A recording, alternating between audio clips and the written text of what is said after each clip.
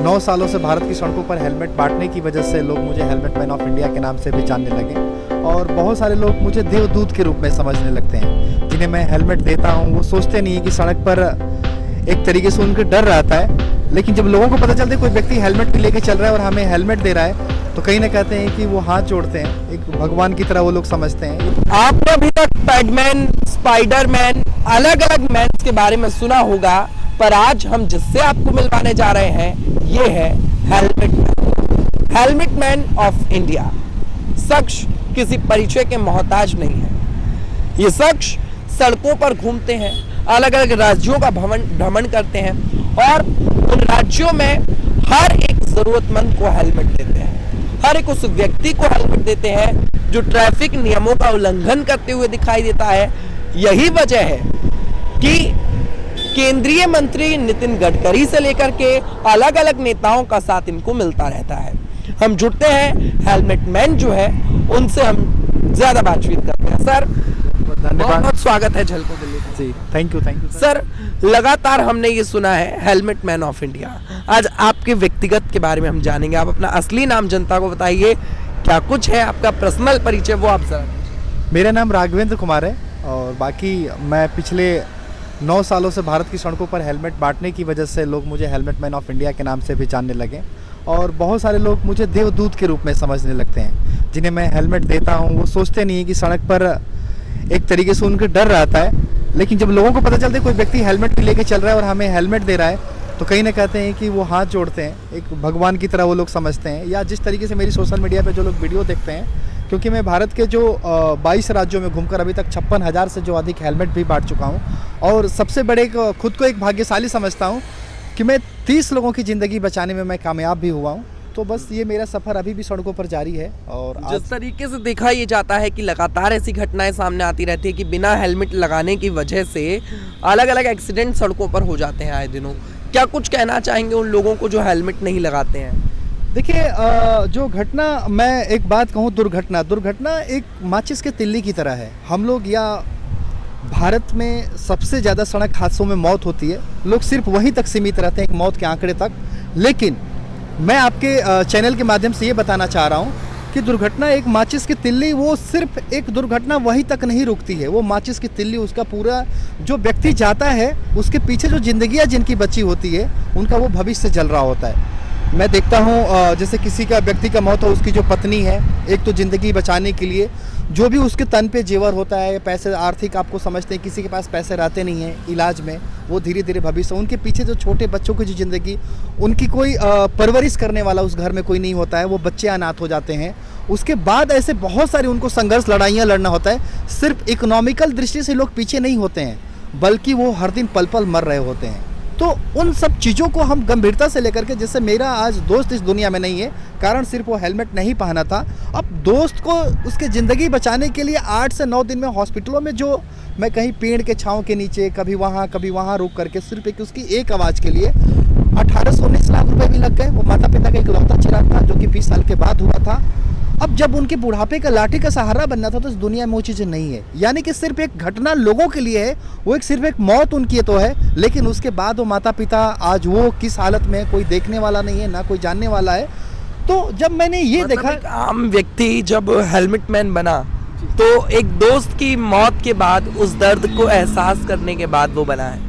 हाँ, ये आप सब कह सकते हैं कि दोस्त के मौत के बाद, लेकिन अपने दोस्त के मौत के बाद जो उसकी ज़िंदगी जो पीछे का देखा, जो माता पिता का जो दर्द, जो माँ साइकिल तक भी नहीं चलाना जानती, उसने बाइक दे दी और उसने यही कहा कि मुझे क्या पता था कि हेलमेट ऐसी कोई सुरक्षा, कोई चीज़ भी होती है।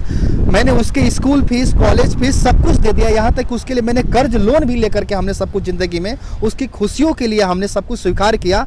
लेकिन एक हेलमेट ना देने की वजह से उनके अंदर इस तरीके से एक, लोगों से शिकायत नहीं, भगवान से शिकायत हो गई कि भगवान आपने बताया क्यों नहीं। और मैं ये देखता हूँ कि जो भारत की सड़कों पर जो 1.5 लाख मौत होती है उसमें 50,000 ऐसे लोग मरते हैं जो घर के सिंगल चिराग हैं।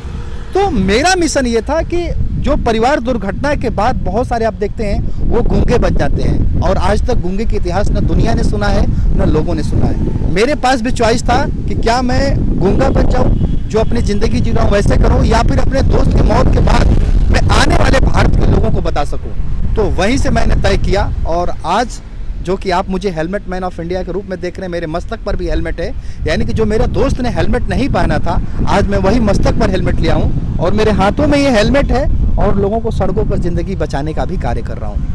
किस किस राज्य में अभी तक सर आप जा चुके हैं? सर मैंने भारत के 22 राज्य वो चीज़ें गिनाए आपको, ज़्यादा समय ये चीज़ें हैं, और बाकी किसी भी राज्य का नाम लेकर के अगर हेलमेट मैन ऑफ इंडिया के नाम से सर्च करेंगे तो आपको हर राज्य का पता चल जाएगा।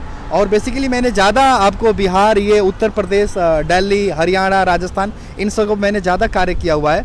और मैं ये समझता हूँ कि ये भारत की धरती जो है, किसी यहाँ पर युद्ध में 1.5 से 2 लाख लोग मरा करते थे और आज बिना किसी युद्ध के हमारे सड़कों पर लोग मर रहे हैं। तो मैं भारत के सभी कोने कोने राज्यों तक समझता हूं कि एक युद्ध चल रहा है, और यही जिन्हें मैं हेलमेट देता हूं उनसे यही कहता हूं कि आपको भी लड़ाई लड़ना है। हो सके वो आज नहीं जगेंगे, लेकिन आने वाले मेरे मिशन से या आपके वीडियोस के माध्यम उनको मेरा मिशन पता चलेगा कि मैं क्यों लड़ रहा हूं। शायद आने वाली जो भारत की जो युवाओं की है, वो कहीं ना कहीं मेरे मिशन में भी उनका सहयोग एक दिन साथ होगा। और जिस तरीके से मैं लड़ाई लड़ रहा हूँ, आने वाले समय में आपको बहुत सारे युवा मेरी तरह सड़कों पर दिखेंगे जो सड़क हादसों के खिलाफ लड़ाई लड़ते हुए मिलेंगे। सर बहुत सारा पैसा खर्च हो जाता होगा, हम जिस तरीके से आपने बताया हज़ारों हेलमेट आपने बांटे हैं, बहुत सारा पैसा खर्च होता होगा। तो इतना सारा पैसा सर कैसे इन्वेस्ट कर लेते हैं? अगर किसी के पास पैसा होता है, वो निवेश करने की सोचता है, आप समाज कल्याण के लिए करते हैं, तो कैसे पैसा आप कमा पाते हैं? देखिए लोगों के माइंड में एक सिस्टम एक फिट कर दिया जाता है, एक भीड़ का हिस्सा आप बन जाते हैं कि आप दौलत के पीछे भाग रहे होते हैं। और मैं जानता हूं कि दौलत हर इंसान को गुलाम बना देती है। और शायद मैं भी एक अच्छी खासी नौकरी कर रहा था और MNC कंपनी में, और मैं भी आज कहीं और होता अगर करता, मेरे पास भी बहुत सारे करोड़, लेकिन ये जो 56,000 जो हेलमेट जो हमने बांटे हुए हैं, मैंने कहा था कि आपसे बताया था कि मैंने 30 जिंदगियां बचाने में कामयाब हुआ हूं। और आप देखते हैं कि जिनके पास हादसे होते हैं ना, उनके पास वो पैसे की शुरुआत हो जाती है, यानी कि उनका मीटर चलना। और वो पैसे वो अपने, मैंने देखता हूं किसी पत्नी को अपना जेवर बेच करके अपने पति के लिए लड़ रही होती है, यहाँ तक कि अपनी जो ज़मीनें, जो संपत्ति होती है, उसे भी बचाने के लिए वो लड़ रही होती है।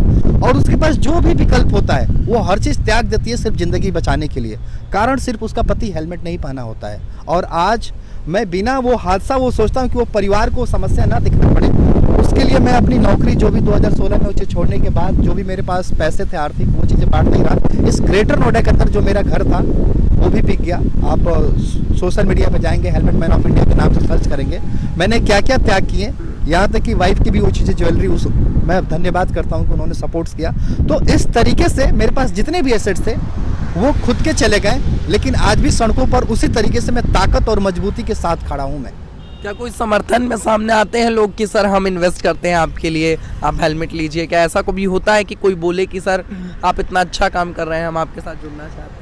देखिए लोगों तक मेरे कार्य ही तक अच्छे लगते हैं सीमित, लेकिन उसके बाद कोई आगे नहीं आता है। और ये पिछले 9 साल में मेरे लिए भी दुर्भाग्य की बात रहा।